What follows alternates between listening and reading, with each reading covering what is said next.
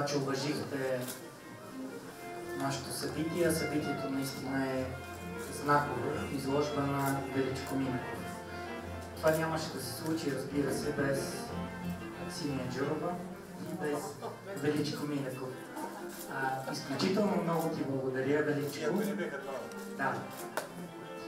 Ще имаш възможност да кажеш и ти нещо, но много съм развълнуван, защото до последния момент така тръпнахме дали всичко ще е наред. Радвам се, че всичко е наред, че направихме много хубава изложба, че събрахме една прекрасна публика за пореден път. Искам да благодаря и на всички хора, които ни помогнаха, за да можем да организираме това нещо. Една скулптурна изложба не е лесна работа. И най-вече благодаря за изключителното така отношение на Величко Минеков и възможността. Аз честно казвам, не съм гледал толкова назад в историята, от кога не си правил изложба в частна галерия. И това е една невероятна възможност и за нас. Не знаех, че е никога, но за първи път. Искам да дам думата на Аксинья Джурова, благодарение на която галерия Контраст е това, което вие виждате сега. Заповядайте си. Тъй като започна с благодарности, не мога да кажа, че да не спомена, че правенето на една подобна изложба е трудно по няколко причини. Не само подреждането, за което специално на мен много ми помогна Борис Данаилов, за което искам да благодаря. Трудно е и дори заради това, защото до мен стои Величко Минеков.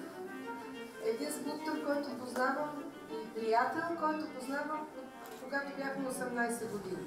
И това не е човека, който толкова лесно допуска до себе си. В ръцете си държа една пластика, която Величко Минеков после открива въпрос. Но когато е на 14 години, 1942 година, когато съм се родила, сега може да сметнете на колко години съм.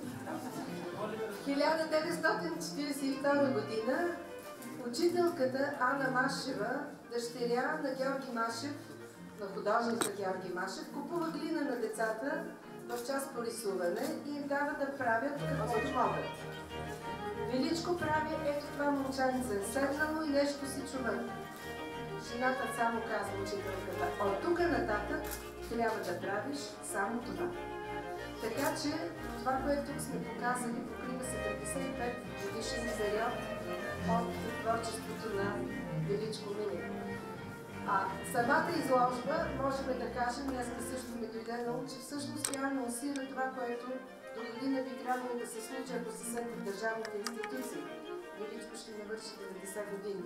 Един жив класик от плеядата добри наши скулптури.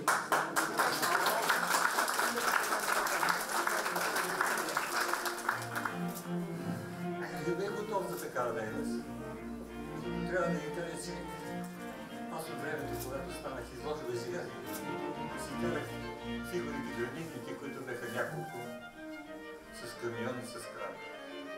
И сега изведнъж те дойдоха двамата.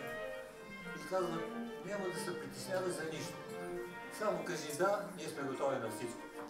Благодарение на тях двамата, те направиха всичко, което аз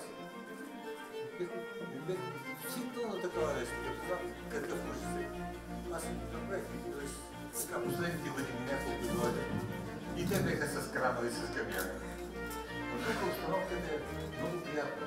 Това се съгласи, защото пространството е много чисто, приятно, с хубава светлина. И гледам така стои, гледаме, тук може малко скулптура така да се нареди. И те викат, айде и рисуваме, айде това е една и работата се получи. И аз съм така доволен. Но от всичко най-много доволен съм да тия двамата. Защото прибегате, няма да се гледам, че аз не събирам по някакъв начин, но те двамата направиха всичко, което съм им